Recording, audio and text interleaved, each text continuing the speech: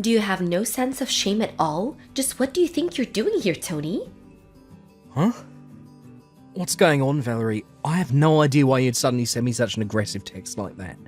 It's my dad's visitation, right? And the funeral is tomorrow, so I'm not sure what exactly you think is shameless about a son going to his own father's visitation. Oh, sure. Now you're the loyal and devoted son, are you? Maybe you should have shown your father a little more respect when he was alive. You never came around to visit him, so what makes you think you have any right to pretend like you care about him now? Never is a bit strong. Though I will admit that I haven't been able to get back home as much as I'd like. I presume you're also aware that I didn't have the best of relationships with my father. Oh yeah, I've heard all about the two of you. I thought so. My relatives were also well aware of the circumstance surrounding my relationship with my father, and for the record, I've met with my father plenty of times over the years. It just so happened that I mostly saw him at the homes of my relatives who live nearby. Despite the difficulties between us, it's not as if we had cut each other out of our respective lives. And since the visitation and the funeral are, in some sense, a sort of family reunion, I'd say there's no problem at all with me coming here today. Ugh, you're unbelievable. Like seriously? This is super gross. What are you doing? I'm sorry, Valerie, but you're going to have to be a bit more specific. What exactly am I doing that's so gross? Don't think I don't know. It's clear to everyone around you exactly why you're here right now. And that would be? Let me put this in the most delicate way I can. A broke high school dropout like you has no right to come to your father's funeral. Do I make myself clear? Actually, no. I don't really see why being broke or a high school dropout would preclude me from coming to my father's funeral. Care to elaborate? Do I have to spell it out for you? You're broke. You're a high school dropout. You're just here for money. Money? Yes, that's the only reason you bothered to come to the funeral. You're still not making any sense. I know that you're desperate to get your share of your dad's inheritance, but guess what? You're not getting any, so get out. There's nothing for you here. Inheritance? Did you by any chance find my dad's will? What will? Yeah, my point exactly. My brother and family told me that my dad passed away quite suddenly and hadn't had the opportunity to put together a will. As such, his inheritance will be split up according to the laws of our state. In other words, how my dad's estate is divided up between his heirs isn't something that I have any power at all to affect. It'll all be carried out automatically by the city government. If you're trying to confuse me with all that legal jargon, it's not going to work. All of that was layman's terms. I'm not sure which part you think was jargon. That's so like a high school dropout. They always use big words they don't understand to sound smarter than they are. Anyway, I'm planning to be in town until my dad's funeral is over. Oh yeah? I might just have to have a little chat with your brother about this then. By all means, go ahead. I've already talked to him and he said I was welcome to come. Conversely, if I were to be absent from the funeral after coming to the visitation tonight, I think that might disturb several of my relatives who are expecting me to come. Whatever. Fine, but you need to get out of town immediately, after the funeral is over tomorrow, got it?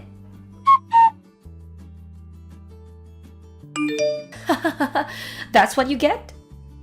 Valerie, would you mind explaining why you just dumped a bucket of water all over me? I may have let you come to the funeral, but a high school dropout has no right to sit in front with the family. You can sit in the back. You seem like you wouldn't be happy no matter where I sat. Well, duh. Besides, the visitation is over, and now the funeral is over, so you've got no more reason to stick around. Hurry up and get out of town like I told you to. As you wish. You can take care of things from here. And don't you ever show your face around here again.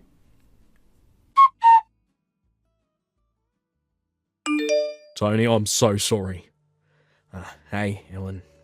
Thanks for taking care of the funeral today. It was lovely. Where are you right now? In a hotel across the street from the airport. I was planning to stay the night here, so I already had a reservation. My flight isn't until the morning, so I'm just kind of killing time until then. But what's up? Why are you apologising to me all of a sudden? When I heard what happened, I had to apologise. During the funeral service, I looked around and noticed you weren't in your seat anymore. My wife told me that you'd gotten sick and went to the emergency room, and I completely believed her at first. And then at lunch, I was talking to some of our family about you, and they said that Valerie had dumped a bucket of water on you and kicked you out of the church. I'm so sorry it took you so long to realise what had happened. Don't worry about it, Alan. You've got nothing to apologise for. You had more than enough on your plate already with handling all the funeral arrangements. Be that as it may, I still need to take responsibility for what my wife did to you. Again, Tony, I'm so sorry for what happened. Oh, thanks for that, Alan. Like I said, I don't hold you responsible at all, but it's big of you to come and apologise to me like this. Although I have to say, there's something Valerie said that has me concerned. What did she say? She told me she thought the only reason I came to the funeral was to get my hands on Dad's inheritance. What? I bet that's a big part of the reason why she dumped water on me and kicked me out of the church. What the? How did she get that idea in her head? You're not even Dad's legal heir. Yeah, I was just as confused as you are. I don't know. I guess it would make sense that she didn't know all the details since she only married into the family. But no matter what I said, she refused to listen. She was so upset and excited about the whole thing that I was never able to give her a proper explanation. I'll see. But in any case, as long as Valerie is angry at me, it seems like my presence there would only cause more trouble than I've already caused. I know it's only been a short time since Dad died, and I hate to force this on you in such a difficult time, but is it alright if I leave everything from here on out to you? Yes, no trouble at all. Leave everything to me. I'm sorry about everything that happened, really, I am. I'll contact you again once things settle down over here. Gotcha. Thanks again, Alan. Talk to you later. I don't believe you, Tony. What are you doing back in town? I told you to stay away. Not that it's any of your concern, but I was visiting some old friends of mine. Liar! You're still after your dad's inheritance, aren't you? I suppose this has something to do with the fact that there's a meeting with the city about Dad's inheritance today. Obviously. Well, I know you have all sorts of things you'd like to say to me right now, but let me save both of us a lot of time. I'm meeting with my friends, and then immediately heading back home. What? Valerie, I was trying to tell you back at my dad's funeral, but you're under a huge misunderstanding. Regardless of what you may think, I'm not actually one of my dad's legal heirs. Wait, you're not? I think you're aware that while I call Alan my brother, we're technically just stepbrothers, right?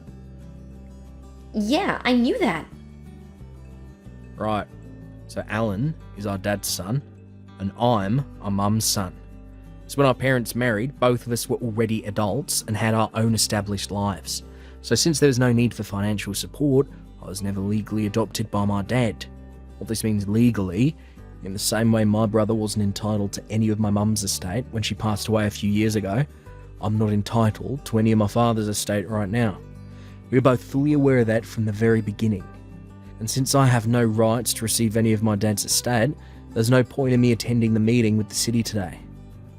You're not fooling me. You're probably gonna camp out in front of City Hall to beg for money from your brother once the meeting is over. Why would I do a thing like that? I'm not really hurting financially or anything. Liar! I started up a company with a friend of mine 3 years ago. I'm currently serving as vice president of that company. Vice president? I'm not one to toot my own horn, but our company's doing pretty well. I think it's fair to say that I'm in a pretty high income bracket for people my age. Whoa! That's... really? But how? You dropped out of high school. The only reason you would do that is if you were super dumb. How did someone like you become the vice president of a successful company? I'd say that's a pretty ignorant view of high school dropouts. Excuse me? Sorry, I just got to my friend's house, so I'll be taking my leave here if you don't mind.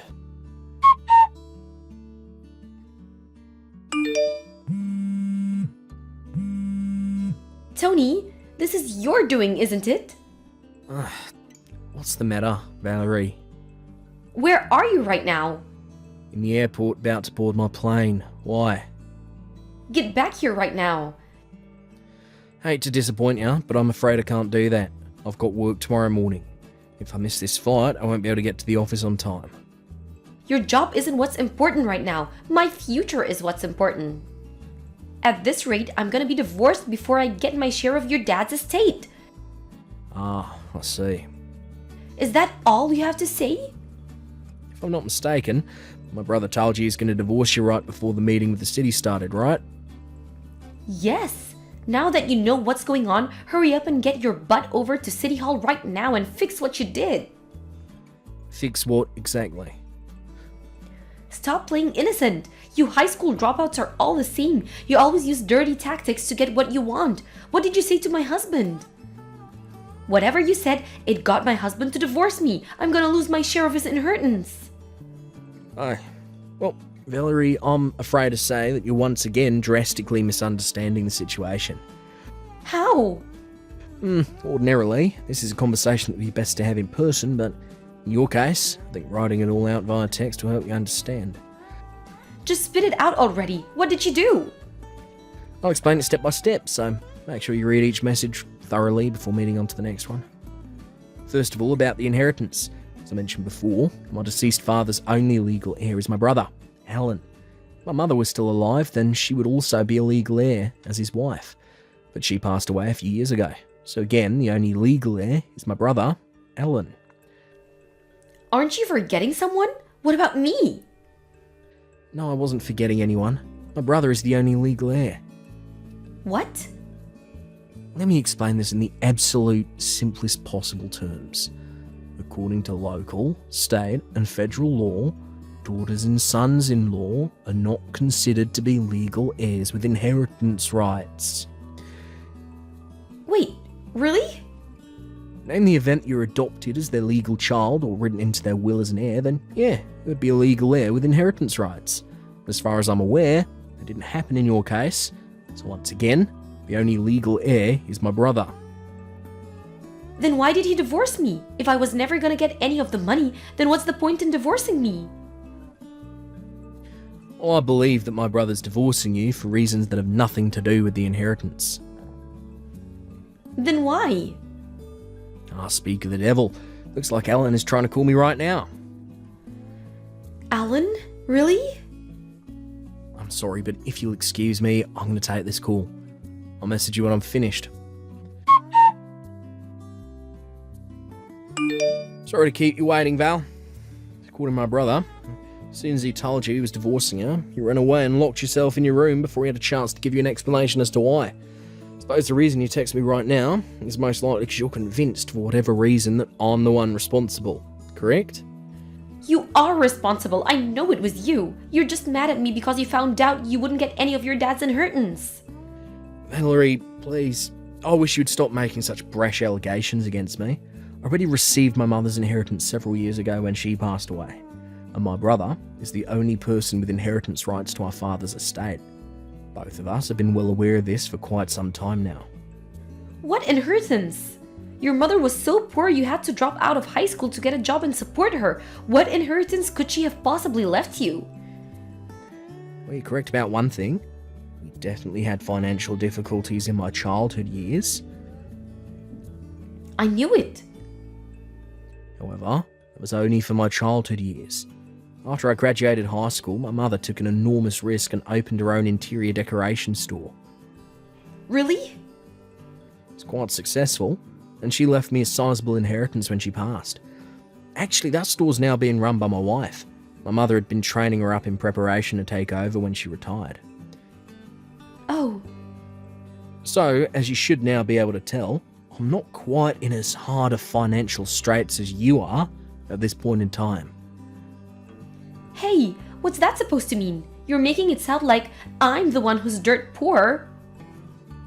I wouldn't make a claim like that without any justification. As I understand it, you have outstanding debts totaling $30,000. How did you? Then there's the matter of your infidelity. My what? Sorry, allow me to rephrase. My brother is divorcing her because of your affair. Oh. He only gave me a basic overview, so I'm a bit sure on the specific details, but from what he said, he seems like he did his homework. You should operate on the assumption that he knows basically everything. No, no way! I worked so hard to hide it from him. It would seem that you left behind a trail of breadcrumbs which Alan picked up on. Now then, if you'll excuse me. Wait, I just heard the call to start boarding my plane, so I'll take my leave here. but how did... I never thought I'd actually get caught. Valerie resisted the divorce at first, but she suddenly became much more cooperative right after my brother officially received her father's assets. Come to find out, Valerie was under the false impression that she would be able to receive a share of the inheritance during the divorce proceedings. Her lawyer was burdened with breaking the news to her, but no, assets a spouse receives through inheritance are not subject to property division in the event of a divorce. This came as a terrible shock to Valerie, who had been intending to use that money to finally pay off her debts, as well as soften the blow of my brother's lawsuit against her for infidelity. Faced with this reality, Valerie stormed over to my brother's house and said that she was taking back her consent to the divorce, but it was already too late. The divorce had already been finalised. Not to mention my brother wasn't even at the house because he had already sold it and moved. After being abandoned by her husband, she tried to run back to the man she was cheating with, but he turned her away. She then went to her parents, who also turned her away. She's now living in a rundown subsidised apartment, working multiple part-time jobs and gradually chipping away at her multiple sources of debt while barely managing to scrape by. Thank you for watching. Please subscribe and hit the like button. See you next time.